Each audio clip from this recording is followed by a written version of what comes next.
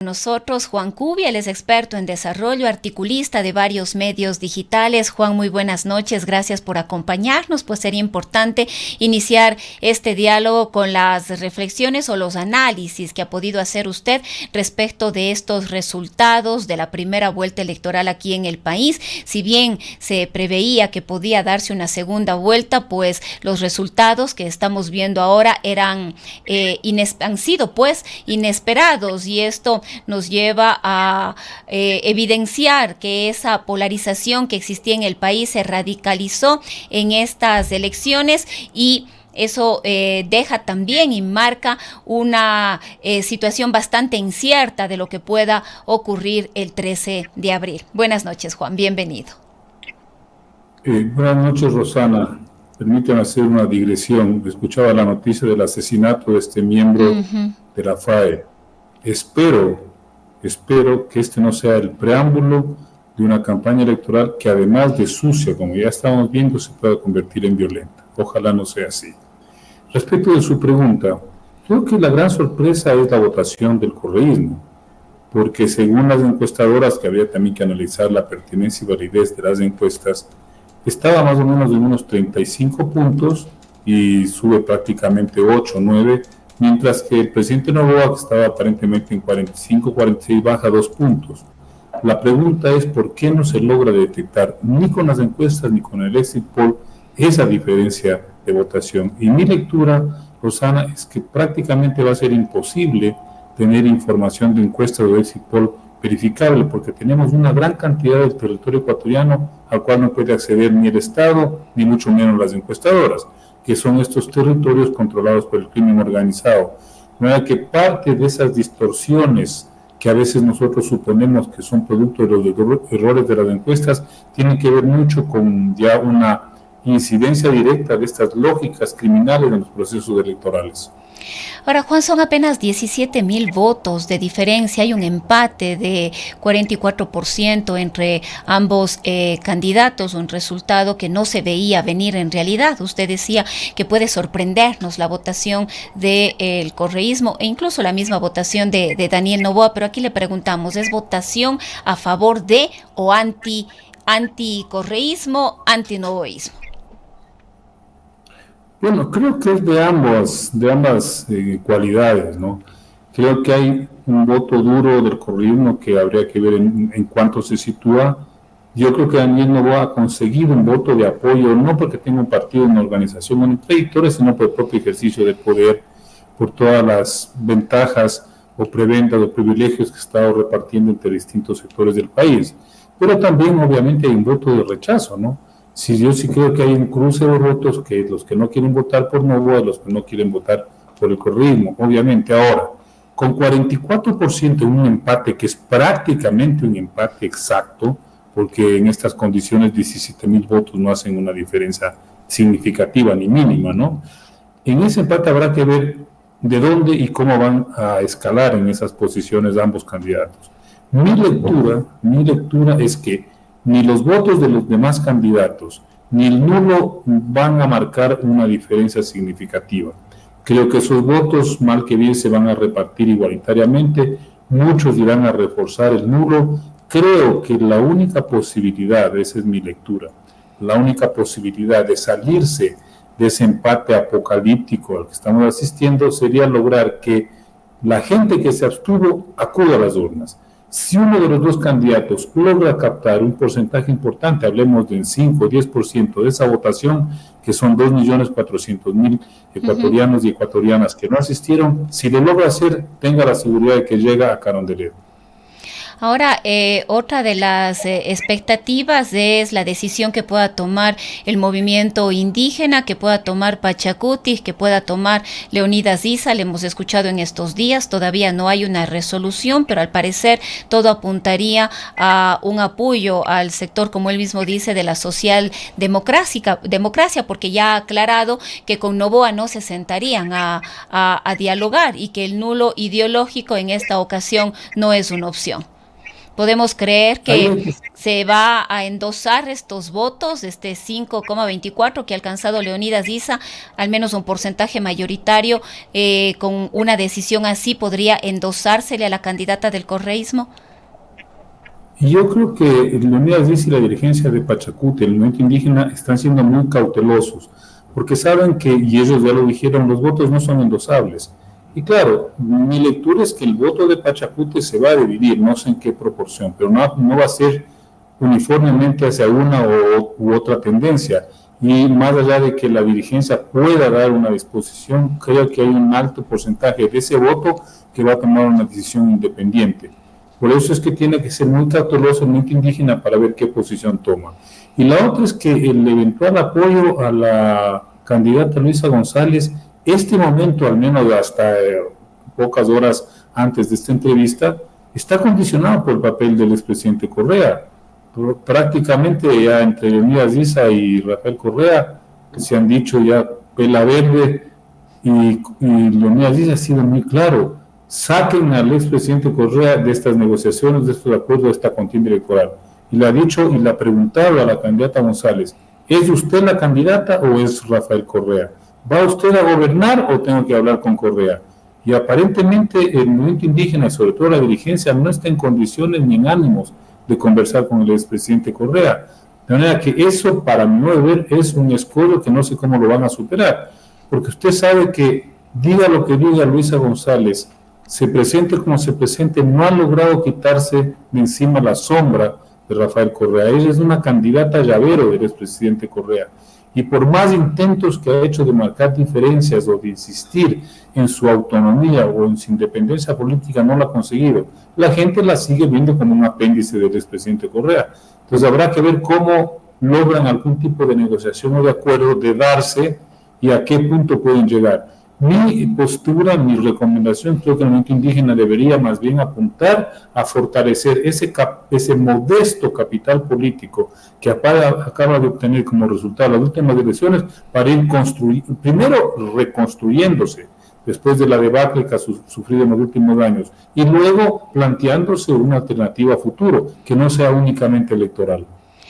En esta posibilidad de acuerdos o de alianzas o de apoyo entre el movimiento indígena y la candidata del correísmo, quizás muchos sectores de la izquierda que temen además la reelección del presidente de la República, Daniel Noboa, dicen mucho qué es lo que Leonidas Issa debería hacer, pero quizás se dice muy poco de lo que Luisa González debería hacer. Yo me atrevería a pensar que Leonidas Issa y el movimiento indígena no van a entrar en un proceso de diálogo con la candidata Luisa González sin tener una propuesta en la mano que podría ser una recuperación de lo que quedó ya pendiente luego de las movilizaciones del 2019, es decir, no van a llegar tampoco con las manos vacías. Y aquí, como digo, mucho se pregunta qué va a hacer Issa, qué debería hacer Leonidas Issa, pero muy poco se dice qué es lo que debería hacer el sector del correísmo, qué es lo que debería hacer Luisa González.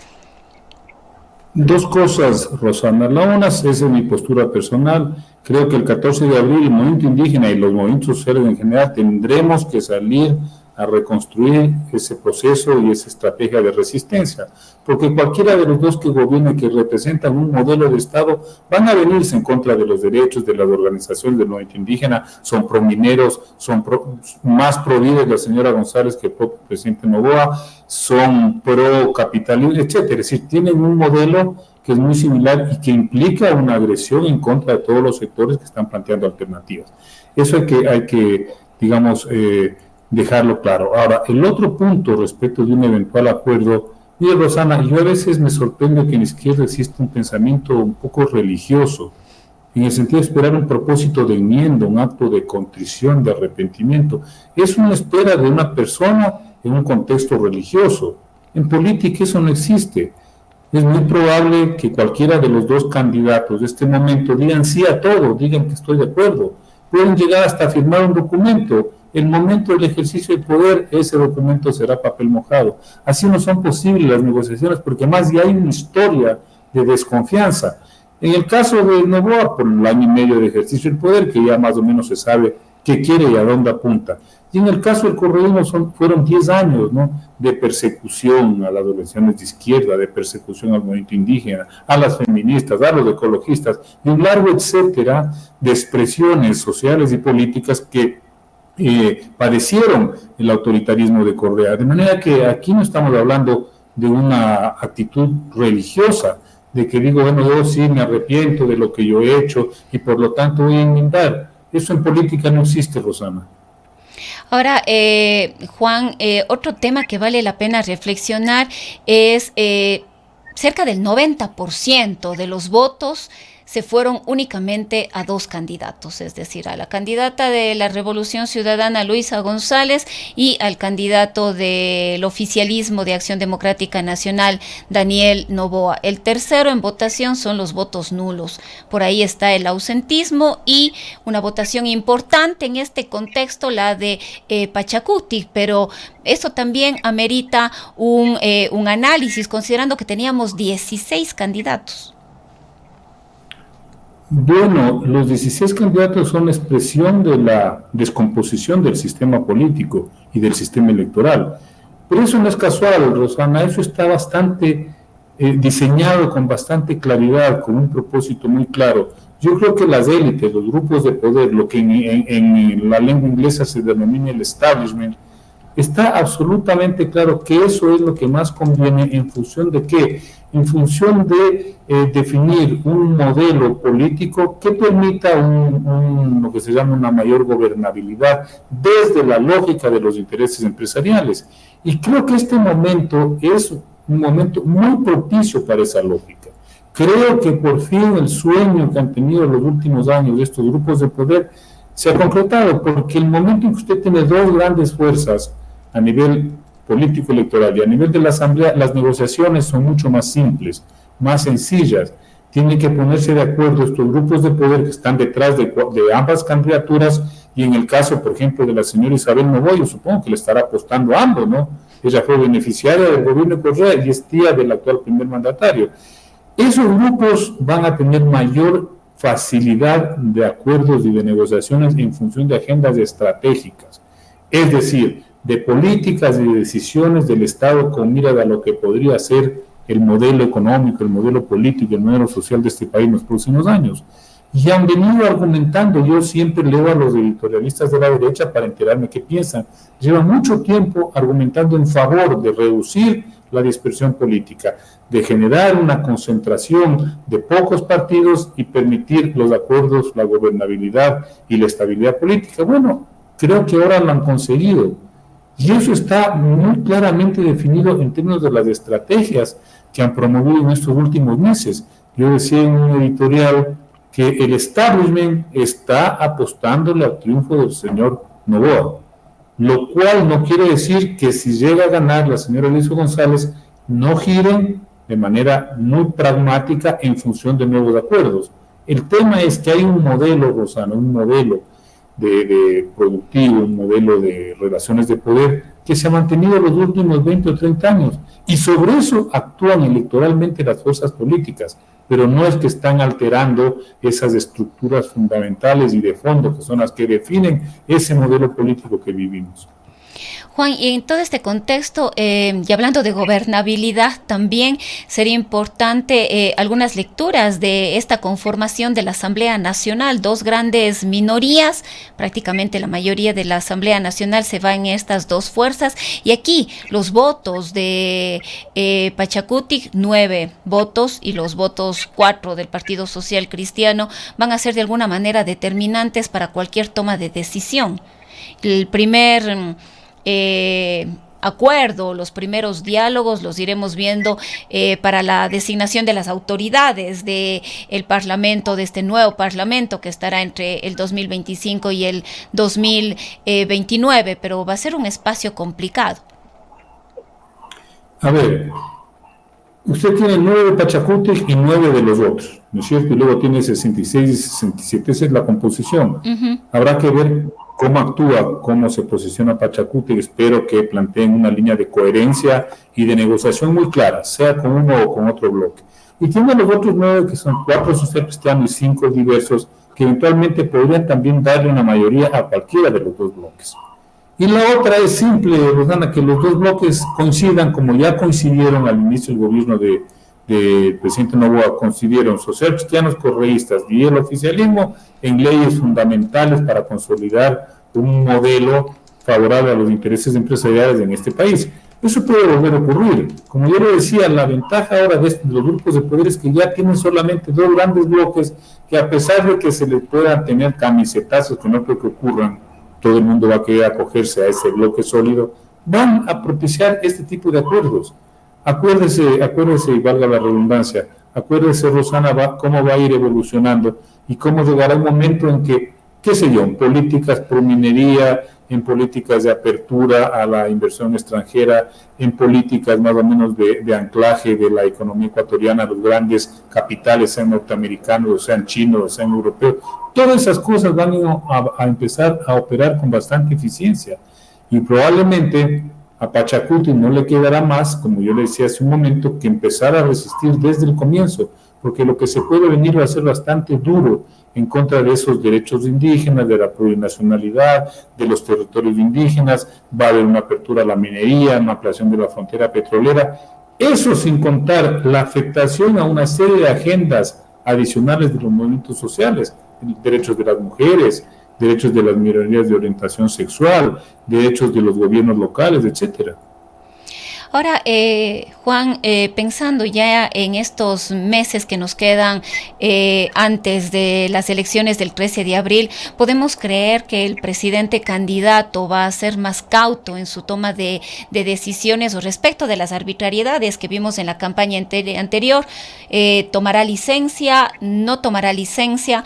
De alguna manera, si la institucionalidad del país no hizo nada o no pudo hacer nada frente a estas actuaciones del presidente, pues los resultados en las urnas dan cuenta de que si las instituciones no hicieron nada, pues los ciudadanos de alguna manera están dispuestos a hacerlo, y quizás este porcentaje de votación, cuando él pensaba ganar en primera vuelta, es un llamado de atención al presidente. Le veremos encargando la presidencia a Verónica Abad. ¿Cómo ve usted las actuaciones del presidente, que va a depender mucho la gestión de gobierno para la decisión que también podamos tomar los ecuatorianos el día de las elecciones?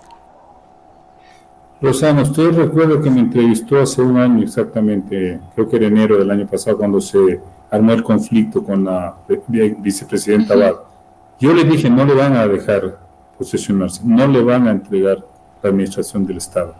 Yo le insistí, van a inventarse cualquier argumento, cualquier legalidad, pero no le van a dejar, porque ese es un acto de poder, y me parece que eso va a continuar.